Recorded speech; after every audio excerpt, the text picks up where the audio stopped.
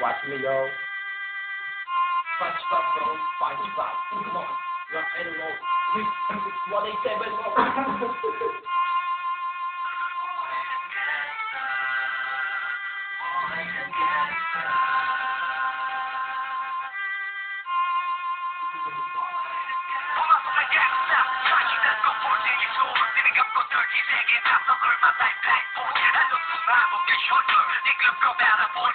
Hindi na masolver pero ang worst na over. Aking burden forever nasa magkabilang daliri. Mga tusok ng karayong magkanang mananatili. Alam ko mali pero buhay ko dito naging makulay.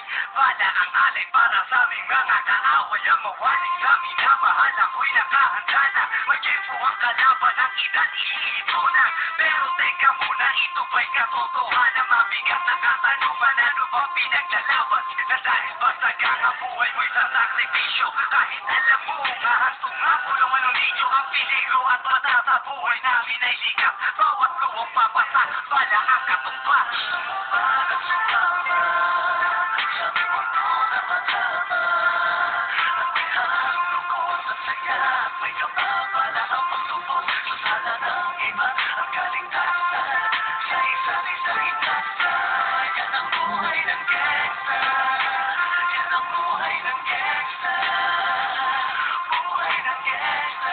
Nahinalapit ang aking ulo. O para bang gustong pasukin ang lahat ng gulo.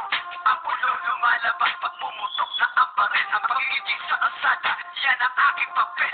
Ako ay laging gigil, kaya't minsan napapasama sa away ng iba, kaya't lito't napapahama. Pero pag hinahamang umiiral na ang buos, kundi suntok may tutumba na lang sa isang putok.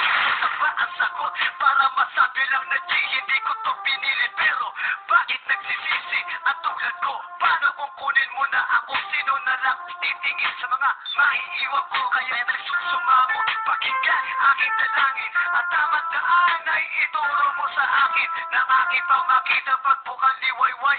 Darating din ang oras, kamay ko na kumakaway. Gusto mo ba na sumama? Sabi mo no na matama. At may hanggang ko sa saya. May kababala ang pagtubos sa sala ng iba. Ang kaligtasan sa isa't isang itasa. Yan ang buhay ng gangsta. Yan ang buhay ng gangsta.